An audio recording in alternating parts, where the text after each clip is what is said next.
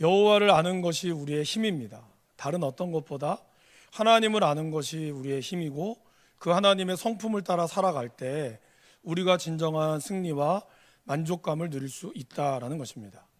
그래서 저는 6주간 동안 하나님이 어떤 분이신가 시편 23편을 중심으로 해서 말씀을 드렸습니다. 다 기억나십니까? 당연히 안 나시겠죠. 네, 그러실 수 있습니다. 그래서 오늘 말씀을 7개 되어진 하나님의 성품에 대해서 우리 같이 한번 좀 되돌아보는 시간을 갖고 말씀을 나누도록 하겠습니다. 제일 첫 번째는 여호와 로이의 하나님을 우리가 살펴봤습니다. 여호와는 나의 목자시니, 목자 되신 그분께서 우리를 살피신 하나님이었습니다. 두 번째는 여호와 이레의 하나님이었죠. 내게 부족함이 없으리로다, 우리를 준비해 주시는 여호와 이레의 하나님을 나눴습니다. 세 번째는 푸른 초장에 누이시며 쉴만한 물가로 인도하시는 바로 공의로우신 하나님, 복수해 주시는 그러한 하나님의 모습, 여호와 낙하의 하나님을 우리가 함께 나눴습니다. 내 영혼을 소생시키시는 여호와 라파, 치료하시는 하나님, 그리고 자기 이름을 위하여 의의 길로 인도해 주시는, 옳은 길로 인도하시는 여호와 차두케누의 하나님을 우리가 함께 나눴습니다. 그리고 내가 사망의 음침한 골짜기로 다닐지라도 해를 두려워하지 않을 것은 주께서 나와 함께 하시는 바로 임마누엘의 하나님을 우리가 함께 나눴죠. 그리고 마지막으로 주의 지팡이와 막대기가 나를 안위하시는 바로 평안을 주시는 여호와 샬롬의 하나님을 우리가 나눴습니다. 이 중에서 여러분들께서 한 주간 또 여러분들이 사시면서 가장 마음에 와닿는 하나님은 어떤 분이셨습니까? 여러 가지가 있을 수 있겠죠. 아니면 이 외에도 하나님이 여러분들을 붙드시는 하나님의 성품이 있습니다. 여호와 하나님 그 이름만으로 사실 모든 것을 다 담고 있지만, 특별히 여러분들에게 때와 상황에 맞게 눈동자처럼 보호하시는 그 하나님의 성품이 우리 가운데 가득하시기를 간절히 바랍니다. 오늘 여러분들과 이제 나누는 이제 마지막으로, 다음 주가 되면 마지막이 될 것 같은데요, 나눠지는 두 가지 성품의 하나님을 살펴보기를 원합니다. 오늘 말씀 5절에 보시면 주께서 내 원수의 목전에서 내게 상을 차려주시고 라는 말씀이 있습니다. 여기서 상이라고 하는 것은 잘할 때 주는, 칭찬을 받을 때 주는 상이 아니라 밥상을 뜻하는 겁니다. 근데 여러분들과 이 광경을 좀 상상을 좀 해보면 좋겠습니다. 만약에 여러분들 바로 앞에 적들이, 나의 원수가 내 앞에 있어요. 근데 거기서 내가 지금 뭔가를 먹긴 먹어야 되잖아요. 그럴 때 내가 상을 차릴 때 여러분들은 어떻게 상을 차리시겠습니까? 곧 싸워야 될지도 모르고 내가 먹고 있는 가운데 나를 쳐들어올지 모르는 상황 가운데 과연 우리의 상을 잘 차릴 수 있을까요? 근데 오늘 여기에 나오는 이 상이라고 하는 이 히브리어 단어는 연회석을 펼칠 때 쓰는 상을 얘기합니다. 그러니까 쉽게 얘기하면 하나님께서 원수의 목전에서 상다리가 휘어지도록 상을 차려주신다는 거예요. 바로 내 앞에 원수가 있음에도 불구하고 주님은, 목자 되신 그분께서는 양 앞에 상다리가 휘어지도록 채워주신다는 거죠. 무슨 의미가 있을까요? 양의 입장에서 보면 상다리가 휘어지도록 채워준다는 것은 뭐죠? 바로 푸른 초장과 쉴만한 물가가 자기 눈앞에 펼쳐져 있다라는 겁니다. 목자는 그렇게, 그러면은 원수라는 건 누굴까요? 목자의 입장에서, 양의 입장에서 보면 바로 양을 사로잡으려고 하는 온갖 맹수들을 뜻할 수 있겠죠. 그러니까 이러한 맹수들이 버젓이 눈앞에 있어요. 양을 잡아먹으려고 그렇게 이들이 올 것을 알고 준비하고 있는데, 오히려 목자는 그 한가운데서 양이 잘 먹을 수 있도록 하나님은, 이 목자는 상을 차려주셨다라는 것입니다. 그렇다면 이 양이 그렇게 잘 먹을 수 있는 그 이유는 뭘까요? 바로 목자의 뒤를 졸졸졸 쫓아가기만 했다라는 것이죠. 이것이 바로 여호와 니시의 하나님, 승리의 하나님이시다라는 겁니다. 여호와 니시라고 하는 이 원래 뜻은 깃발이라는 뜻이죠. 여러분 이제 혹시 여기 계신 분들 중에 이기자 부대를 나오신 분이 계신지 모르겠지만, 전방에 보면 여러 부대가 있는데 그 중에 이기자 부대라고 하는 부대가 있습니다. 이기자 부대에게 오는 여러 가지 설이 있는데, 그 중에 하나가 6.25 전쟁 때 이기자 부대가 깃발을 잊어버렸다 그러죠. 그래서 전쟁이 이제 다시 북한이랑 전쟁을 할 때 그들의 가장 중요한 임무는 빼앗겼던 깃발을 찾아오는 것이라고 해요. 그래서 이기자 부대는 대부분이 보통 충성이라는 경례 구호를 붙이면 이기자 부대만큼은 이기자라는 구호를 붙입니다. 약간 좀 특이하죠. 이게 진짜인지 아닌지는 정확하게 알 수 없으나 군에 있을 때 항상 그런 얘기를 많이 들어왔어요. 근데 그만큼 이 깃발이라고 하는 것이 그냥 우리가 보기에는 이 깃발 하나가 대단해라고 할지 모르지만 군대에 있어서나 아니면 어떤 승리를 위해서 이 깃발을 들고 나간다는 것은 굉장한 의미가 있습니다. 그래서 병사들은 그런 깃발이 인도하는 것에 따라서 나아갔다라는 것이죠. 그러기에 승리를 한다. 깃발이 꺾이지 않고 계속해서 나가고 그리고 군대들이 그 깃발을 쫓아나간다는 것은 이미 그 전쟁에 내가 승리를 하고 있다라는 것을 의미합니다. 바로 목자가 양이 목자의 뒤를 따라서 얼마든지 충분히 먹을 수 있는 그렇게 목자는 승리케 하시는 모습을 연상할 수 있다라는 것입니다. 아무리 강력한 맹수들이 그러한 외부의 침입이 올지라도 목자들은 양이 충분히 먹을 수 있도록 목자들이 양이 걱정하지 않도록 먹을 수 있도록 목자들은 그 모든 준비들을 한다라는 것이죠. 오늘 이 말씀은 출애굽기 17장에서 여호와 니시라고 하는 정확한 하나님의 이름이 나오죠. 출애굽기 17장의 내용은 바로 아말렉이 이스라엘과 싸우는 장면입니다. 그때 하나님께서 모세에게 아주 이상한 주문을 하시죠. 그게 뭘까요? 네 두 팔을 들면 네가 전쟁에서 승리하고 내리면 진다는 거였어요. 하나님 너무 짓궂지 않습니까, 여러분? 제가 어제 이 말씀을 해서 손을 들어봤거든요. 이게 손을 들었어요. 하루 종일 들고 있어야 되거든요. 근데 제가 한 10분을 들었는데 못 버티겠더라고요. 한 15분까지는 가능할 것 같은데 그 이상은 좀 쉽지 않을 것 같습니다. 여러분들 지금부터 손을 들고 제 설교가 끝날 때까지 계속 들고 계시는 분이 계시다면 제가 선물을 드리겠습니다. 설교 오늘 1시간 정도 하려고요. 마음 먹고. 쉽지가 않다라는 거죠. 그럼 이왕이면 하나님이 손 내리면 이기고 손 들면 진다 하면 너무 좋잖아요. 그럼 가만 내리면 되는데 왜 하나님은 굳이 들라고 했을까?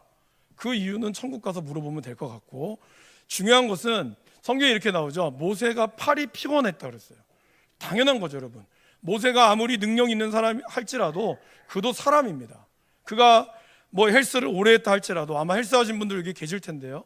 10kg, 20kg 아니면 50kg 이런 바벨을 들어도 그분이 아무리 자기 힘이 좋다고 해도 아마 그 바벨을 들고 15번씩 5세트 이거를 하고 나면 그 다음에는 들기가 아마 어려울 겁니다.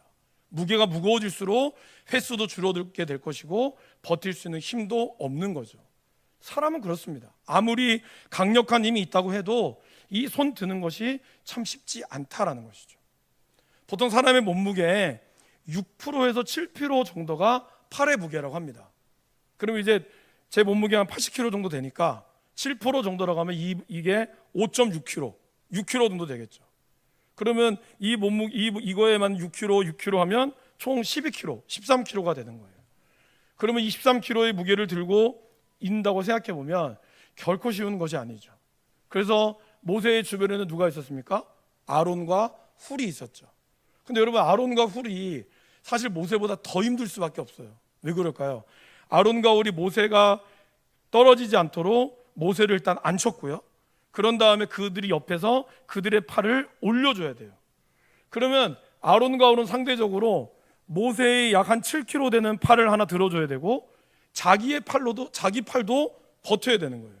그러니까 결국 아론이 모세의 팔뿐만 아니라 자기의 팔까지 하면 약 20kg의 무게를 하루 종일 버텨야 했다라는 겁니다. 만약에 설마 그렇게 해도 되겠어? 해서 팔을 내렸을 때 그 눈앞에서 보여지는 패배의 그림자가 보여지면 어떻게 할까요? 다시 들 수밖에 없었다는 거예요. 우리가 상식적으로 팔 들면 이겼다는 게 너무 쉬울 것 같지만 아까 말씀드린 대로 실제로 그 팔을 들고 있어야 되는 모세와 그 팔을 들어주는 아론과 훌, 그리고 그것을 가지고 전쟁을 하게 되는 여호수아, 이 모든 것이 합작이 되어야 진정한 승리가 이룰 수 있다라는 것입니다. 하나 더 중요한 것은 그거죠, 여러분. 아무리 팔을 들고 있다고 해도 하나님이 약속하지 않으면 이 전쟁은 승리할 수 없는 거죠. 여러분들이 아무리 정성 들어 기도한다고 해도, 여러분이 아무리 정성 들어서 뭔가를 주의를 한다고 해도 결국에는 하나님의 은혜가 없으면 안 된다라는 것입니다. 그래서 여호와 니시 하나님이라는 여호와의 이 깃발의 하나님을 우리가 생각할 때 그냥 하나님의 깃발만 보면 되겠지라고 할지 모르지만 맞습니다. 우리는 그 깃발만 보면 돼요. 양은 깃발만 보면 되죠. 그러나 그것을 위하여 애쓰시는 하나님을 우리가 한 번쯤은 묵상해 봐야 한다라는 것입니다. 바로 우리에게 상을 차려주기 위해서 얼마나 엄청난 희생을 치르셨는지를 우리 주님은 밝히 드러내지는 않았지만 그러나 그 주님의 희생과 그 주님의 죽으심이 있었다라는 것이죠. 양떼를 여름을 준비하는 이 목자들에게, 양떼를 위해서 여름을 준비하는 목자에게는 그들이 잘 먹기 위해서 고독한 고난과 희생이 필요했다라는 것입니다. 거의 24시간을 특별히 외부로 나왔을 때 먼 곳으로 풀을 뜯으러 가려고 하는 이 여름의 시기에는 거의 잠을 자지 못하는 그런 희생이 있었다라는 것이죠. 주님께서 우리를 구원하시기 위하여 겟세마네 동산에서 기도하셨습니다. 밤이 새도록 기도하셨고요, 땀방울이 핏방울이 되도록 기도하셨습니다. 빌라도의 법정과 갈보리 언덕에서, 그리고 그 외로운 고난과 희생이 있었기에 우리가 지금 이 자리에서 하나님의 자녀로 그분이 차려주시는 상에서 그분이 주시는 은혜의 음식들을 먹을 수 있다라는 것입니다. 이걸 우리가 기억할 필요가 있다라는 거예요. 그런 여호와 니시의 하나님, 바로 하나님께서는, 그리고 선한 목자 되시는 예수님께서는 이 땅에 오신 이유를 이렇게 이야기하셨죠. 요한복음 10장 10절 말씀입니다. 우리 같이 한번 읽어보겠습니다. 도둑이 오는 것은 도둑질하고 죽이고 멸망시키려는 것뿐이요, 내가 온 것은 양으로 생명을 얻게 하고 더 풍성히 얻게 하려는 것이라. 우리 주님께서는 양으로 생명을 얻게 하기 위해서 이 땅에 오셨다라고 얘기합니다. 이것은 그냥 단순히 좋은 상황만이 아닙니다. 원수의 목전 앞에서도 하나님은 끝까지 우리를 포기하지 않으신다라고 약속하셨죠. 그래서 여호수아 1장 5절에 여호수아에게 이렇게 말씀하지 않습니까? 내 평생에 너를 능히 대적할 자가 없으리니 내가 모세와 함께 있었던 것 같이 너와 함께 있을 것임이라. 내가 너를 떠나지 아니하며 버리지 아니하리니. 에서의 눈을 피해서 도망갔던 야곱이 누스라고 하는 땅, 베델이라고 하는 그 땅에서 그가 하나님을 만났죠. 그때 하나님이 야곱에게 뭐라고 그러셨습니까? 내가 너와 함께 있어 내가 어디로 가든지 너를 지키며 너를 이끌어 이 땅으로 돌아오게 할지라. 내가 내게 허락한 것을 다 이루기까지 너를 떠나지 아니하리라 하신지라. 이 스올의 끝에 거할지라도, 시편에 그런 말씀 있잖아요. 내가 바다 끝에 거할지라도, 내가 음부의 골짜기에 갈지라도 내가 너와 함께 하겠다고. 우리 주님은 원수의 목전에서도 우리와 끝까지 함께 하겠다고 약속하셨다는 거예요. 그렇다면 우리는 어떨까요? 제자들은 어땠습니까? 주님이 잡히시던 날 밤에 너희가 다 나를 버릴 것이라고 얘기했을 때 제자들이 호언장담했죠. 주님 걱정하지 마세요. 결코 주님을 버리지 않겠습니다. 특별히 우리 오바쟁이인 사도 베드로는 뭐라 그랬죠? 다른 사람 다 버려도 나는 절대로 주님을 버리지 않겠다고 했다는 거죠. 그런 주님, 그러한 모습 앞에 그들이 정말 예수님을 잡아가는 원수 앞에서 어떻게 했습니까? 다 도망갔어요. 특별히 베드로는, 그렇게 호언장담했던 베드로는 내가 주님을 알면 내 손에 장을 지진다라고, 그렇게 자기를 저주하면서 그는 주님을 모른다라고 했다는 거죠. 얼마나 우리 예수님이 배신감을 느꼈을까요? 저와 여러분들 중에 하나님을 끝까지 믿겠다고 하지만 그러나 우리들도 우리의 상황이 되면 우리도 모르게 하나님을 부인하고 있지는 않습니까? 그러나 여러분 걱정하지 마시기 바랍니다. 그렇게 부인하고 뒤통수를 쳤던 그 제자들에게 예수님이 찾아오셔서 거 봐라, 네 배신할 줄 알았다 라고 하지 않으셨어요. 오히려 그들에게 다시 한번 하나님은 성령을 받으라 라고 말씀하셨어요. 그리고 내가 너와 함께 끝날까지 너와 함께 하겠다고 주님은 끝까지 우리에게 약속하셨습니다. 그 성령을 받은, 결국 그 성령을 받은 제자들이 정말 주님을 위하여 목숨을 거는 그러한 사도들이 되었다라는 것입니다. 그러게 여러분, 우리가 여호와 니시 승리의 하나님을 맛보는 것은 내가 열심히 해야겠다, 물론 이것도 중요하죠. 그러나 더 중요한 건 뭘까요?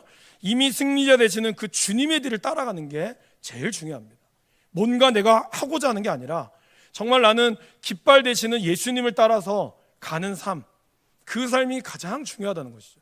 내가 주님을 위해서 뭔가 해야겠다, 너무 감사한 일이지만 그러나 사실 우리가 하나님을 위해서 할 수 있는 게 뭐가 있을까요? 모든 것을 갖추고 있으신 그분 앞에 우리가 과연 무엇을 더할 수 있을까요? 오히려 주님은 말씀하십니다. 그냥 나와 함께 하면 돼. 나하고 함께 동행하면 되고 내 뒤를 따르면 돼. 주님은 그거를 우리에게 말씀하시고 있다라는 것입니다. 그러게 여러분, 여호와 니시의 하나님을 우리가 만나게 되는 이 비결은 바로 그분의 뒤에 서서 그분의 말씀을 따라가는 것입니다. 그 길을 따라갈 때 우리는 여호와 니시의 하나님, 승리의 하나님을 맛보게 될 줄 믿습니다. 근데 문제는 이거죠, 여러분. 우리가 여호와 니시의 하나님을 알면서도 때로는 우리 가운데 두려울 때가 있습니다. 왜 그럴까요? 우리의 시선이 다른 데로 향하여질 때. 사도 베드로가 주님을 따라서 물 위로 건너오라고 했을 때 베드로는 주님을 봤습니다. 그때는 물을 건넜어요. 근데 그 앞에 닥쳐오는 파도의 물결에 자기도 모르게 시선을 주님께로부터 떨어져 나갔을 때 그 눈앞에 보이는 파도와 같은 현실 앞에 자기도 모르게 빠져들어가는 것을 경험했다는 것이죠.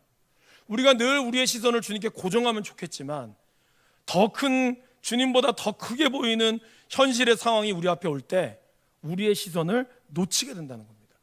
양들도 그러했다는 거예요.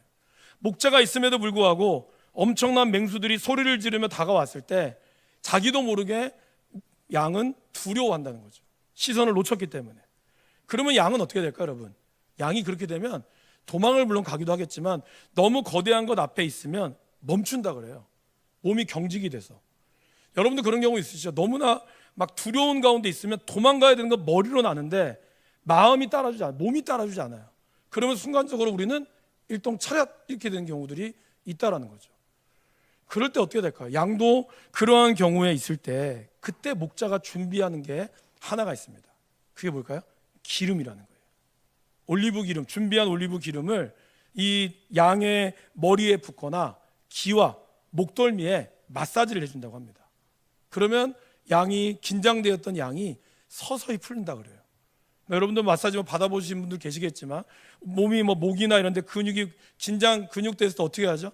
그때 마사지로 다 풀어주면 몸이 풀리죠. 그런 경직되는 가운데 바로 이 기름이 그 역할을 한다라는 것입니다. 오늘 5절 하반절에 이렇게 나오죠. 기름을 내 머리에 부으셨으니 내 잔이 넘치나이다.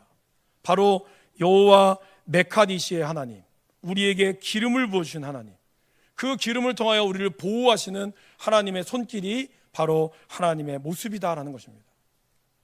또 이 기름은 아주 중요한 역할을 하는 게 하나가 있습니다. 여러분이 여름이 되면 이 목자들은 좀 멀리 간다라고 하죠. 그래서 지금은 너무 더워서 폭염이지만 예전에 우리의 여름에 되면은 모기도 많았고 그리고 또 뭐가 있었습니까? 여름 과일이 아주 좋았죠. 그런 가운데 먹으면서 푸릇푸릇한 잎사귀를 보면서 바다에 가서 체험을 치기도 하시고 계곡 가서 놀기도 하셨을 겁니다. 그늘도 우거졌죠. 나무들 같은 경우에. 근데 그럴 때 또 오는 게 뭐가 있죠? 해충들이 있습니다. 여지없이 여름이 되면 목자들은 푸른 풀밭과 쉴만한 물가를 향해서 사망의 음침한 골짜기를 지나 바로 그들을 안전한 풍성한 풀들이 있는 곳으로 이끌어갑니다. 근데 거기에는 뭐가 있을까요? 해충들이 숨어 있다는 거예요. 그 해충들이 양을 기다리고 있어요. 그 중에 대표적인 해충이 바로 코파리라고 하는 해충입니다. 코파리는 말 그대로 코에 붙어 사는 해충이에요. 그래서 보통 강아지들도 보면 이렇게 이 코 같은데 되게 좀 점막 같은 게 있지 않습니까? 양도 그런 점막이 있어서 여기가 알을 낳기 아주 좋은 곳이라고 해요. 그래서 이 파리들이 여기 주위를 왱 돌면서 계속 가는 거예요. 아주 신경이 쓰이죠. 그래서 목자들은 그거를 대충 붙지 않게 만드는데 이 많은 파리떼들이 붙었다가 콧구멍으로 싹 들어가는 거예요. 들어가면 어떻게 될까요? 거기에 알을 낳아요. 그럼 알을 낳고 그 알들이 부화가 돼서 잠복기를 거쳐서 유충이 되면 어디로 들어갈까요? 뇌로 들어간다는 겁니다. 뇌와 그들의 피부로 침투하는 거예요. 그럼 어떻게 될까요, 여러분? 미치는 거죠. 네. 이것이 몸으로 들어가서 겉으로 나오는 거는 잡아주면 그만이지만 속으로 들어가는 거는 어찌할 수가 없는 거예요. 그래서 양들이 너무 괴로우니까, 너무 가려우니까, 온몸이 가려우니까 어떻게 할 수 없으니 그들이 이 바위 틈이나 아니면 나무 같은 데를 머리를 쳐박는 거예요. 너무 괴로우니까. 쳐박고 온몸을 막 뒤집으면서 그것을 떼어내려고 합니다. 그러나 그 잠복기가 계속해서 유충이 되고 성충이 되면 그것이 그의 뇌를 갉아먹거나 그의 피부를 갉아먹게 된다는 것이죠. 그렇게 해서 심하게는 실명이 되기도 하고요. 그리고 결국 양은 거품을 흘리며 죽기도 한다는 것이죠. 여러분, 우리 인생에 많은 문제들이 있습니다. 근데 그 인생의 많은 문제들은 어디서 시작할까요? 우리의 생각과 우리 마음에 들어가는 코파리 같은 아주 자그마한 것들이 저와 여러분들의 생각과 마음을 건드리는 거예요. 그렇지 않습니까? 큰 문제들을 가만히 보면 아주 작은 문제들 가운데 있다라는 거죠. 그래서 하인리 법칙이라고 들어보셨죠? 하나의 엄청난 대재앙에는 29가지의 자그마한 사건과 수백 가지의 그냥 눈치도 못 채는 조그마한 사건들이 모여서 결국에는 하나의 대형 사고를 일으킨다라는 그런 법칙이 있습니다. 어쩌면 저와 여러분들이 영혼을 갉아먹고 우리의 영혼이 갉아먹는 것 중에는 사단이 여러분들을 막 예수 믿지 못하도록 강력하게 역사할 수 있지만 그 시작은 뭘까요?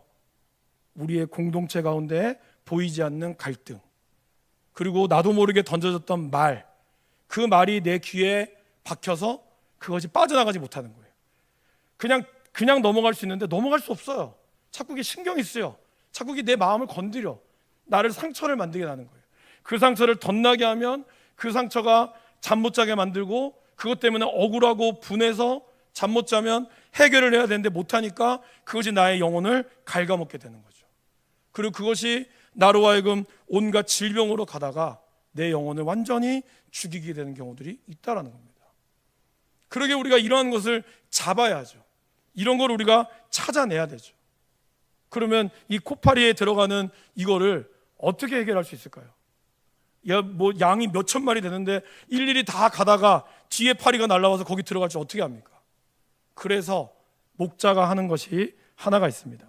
여름이 되면 이걸 예방하기 위해서 목자는 아미유, 유황, 기름, 타르 등을 섞어서 직접 만든 방충용 기름을 양의 코리와 코와 머리에 듬뿍 담아줍니다. 듬뿍 발라주어서 해충들, 특별히 코파리들이 접근하지 못하도록 한다는 거예요. 그래서 목자가 양에게 기름을 부어 양을 보호하듯이 아마 다윗은 그런 일을 했겠죠. 양들을 위해서 이제 여름이 가까이 오면 멀리 나가서 며칠 동안 있으면 나 많은 날파리들이 붙을 거를 생각하고 밤새도록 만든 그러한 양을 듬뿍 그 인생의 잔에 가득 넘치도록 부어준다는 겁니다. 그러면 오늘 우리에게는 뭐가 필요할까요? 바로 성령의 기름이 필요하다는 거죠. 근데 그냥 필요한 게 아니라 그 향수처럼 조금 발라서가 아니라 우리 온몸을 듬뿍 우리가 구해야 한다는 겁니다. 복음을 듣고 하나님의 자녀가 되어 구원을 받았습니다. 그러나 구원받은 백성들이 계속해서 하나님의 자녀가로 성장하기 위해서는 뭐가 필요할까요? 계속적인 복음의 말씀과 성령의 기름이 필요하다는 거죠. 성령의 세례는 한 번이면 되지만, 하나님을 믿는 그 엄청난 선물은 한 번이면 되지만, 사도 바울은 얘기합니다. 너희는 성령의 충만함을 받으라. 현재형이죠. 매일매일 성령의 인도하심을 받아야 한다라고 얘기하고 있다는 거예요. 그렇게 되지 않으면 우리는 그러한 모든 해충으로부터, 저와 여러분들 생각과 마음으로부터 던지는 그 자그마한 상처에 우리가 상처를 꿰매지 못하고 치료받지 못한다라는 것입니다.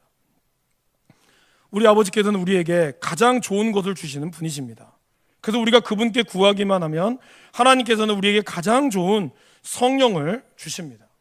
그 매일매일 하나님의 은혜로 오신 성령의 기름 부음을 받을 때 우리가 비로소 성령의 열매를 맺을 수 있다라는 것이죠.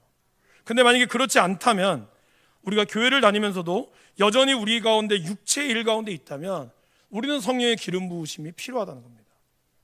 갈라디아서 5장 19절에서 21절 말씀을 같이 한번 읽어보겠습니다.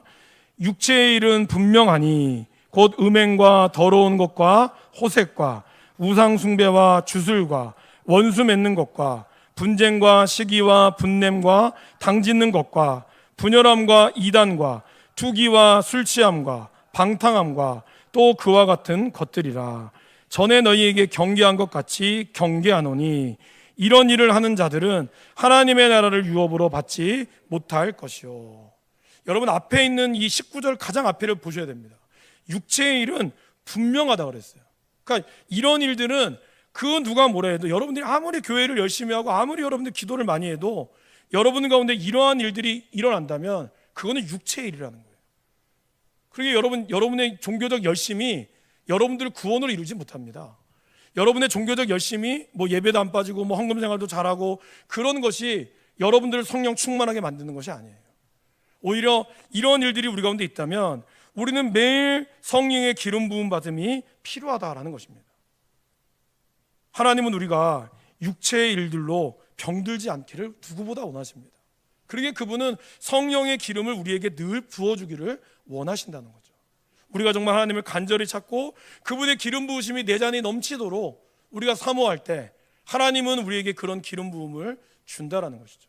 저 사람 미워하지 않아야지라고 해서 내가 마음 먹는다고 되지 않죠. 오히려 그럴 때 우리는 뭘 기도해야 될까요? 하나님, 내 머리에 기름을 부어 주시옵소서라고. 우리가 그 기름으로 우리가 그 열매를 맺어야 한다라는 것입니다. 양들은요, 병에 걸린 양이 있잖아요. 그럼 이 병에 걸린 양이 어떻게 옮길까요? 양들은 서로 비비는 걸 잘한다 그래요. 친한 양들끼리. 그렇다면 비비는 것으로 인하여 이 병이 옮기게 된다는 거죠. 우리들 어떻습니까? 우리들에게도 이런 뭐 코비드, 코로나라든지 여러 가지 많은 감기에 걸리는 원인 중에 하나는 나의 면역력이 약한 경우가 많지만, 또 그것이 상대편이 병에 걸렸을 때 내가 면역력이 약하면 그것이 공기를 타서 들어오는 경우가 많죠. 그것이 뭐 감기로 시작했다가 발전하는 것처럼 마찬가지입니다. 우리가 이 땅을 살면서 하나님으로부터 기름 부음을 받았어요. 구원함을 받았죠. 성령의 기름이 우리에게 부어졌습니다. 그런데 우리가 이 세상을 사는 동안에는 기름 부음 받은 사람만 만나지는 않는다는 거예요. 기름 붓지 않은, 믿지 않은 사람들 우리가 만나게 된다는 거죠. 그럼 우리도 모르게 그 안에 있는 악한 영향들이 저와 여러분들을 침투할 수 있다라는 것입니다. 그럼 그게 무서워서 구더기 무더워서 장 못 담글까요? 그러면 그러니까 우리는 세상에 들어가지 말고 우리끼리 뭉칩시다. 그런다고 살까요? 살지 못한다는 거죠. 그러기에 우리는 매일매일 하나님의 기름 부으심이 필요하다는 거예요. 그 기름 부으심 가운데 사람들과 부딪힐지라도 오히려 그것을 이겨낼 수 있는 힘이 생긴다는 것이죠. 여러분, 바다의 물고기를 보시면 어떻습니까? 바다의 물고기는 짠 바다에 살고 있지만 물고기를 잡으면 그 물고기를 가지고 우리가 먹을 때 짜다라고 생각하지 않아요. 물고기는 짜지 않죠. 그 이유는 생물학적으로는 아가미가 염분을 배출해주고, 그리고 거기에 있는 신장이라고 하는 이 기능이, 농축 기능이 있어서 소변을 소량으로 배출하게 하시고 수분을 최소화한다고 합니다. 그리고 바닷물을 마시지만 그 안에 있는 것 중에서 필요한 수분만을 흡수하고 염분은 배출해 준다고 해요. 이 요만한 물고기에도 하나님이 그렇게 아주 오묘하게 물고기의 구조를 만들었다는 겁니다. 그럼 우리는 어떨까요? 우리도 하나님 이렇게 만드셨다는 거예요. 저와 여러분들이 얼마든지 성령으로 우리가 뒤집혀 있으면, 성령으로 충만하면 우리는 이 세상에 살면서도 이 세상에 매몰되지 않는다라는 거예요.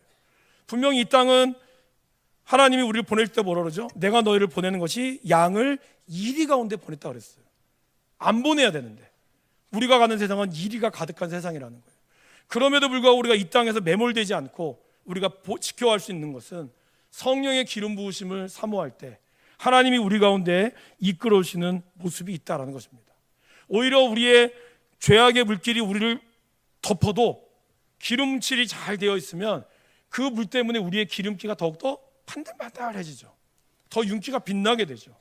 여러분들이 이 땅 가운데 있지만 우리가 성령의 기름 부음 가운데 있을 때 우리는 오히려 하나님께 영광 돌리는 삶을 살 수 있다라는 것입니다. 그러게 우리는 끊임없이 하나님의 기름 바르심을 우리가 고백하며 나아가야 한다는 거죠. 그 기름 안에는 말씀이 있고요, 그 기름 안에는 기도가 있고요, 그 기름 안에는 감사의 고백이 있다라는 겁니다. 이 기름이 나의 삶을, 나의 잔을, 내 인생을 가득 채우도록 우리가 해야 한다는 것이죠. 그래서 한마디로 얘기하면 여러분의 모든 것이 주님으로 쩔어 있어야 돼요. 완전히 쩔어 있어야 된다는 거죠. 여러분, 제가 몇 번 말씀드렸잖아요.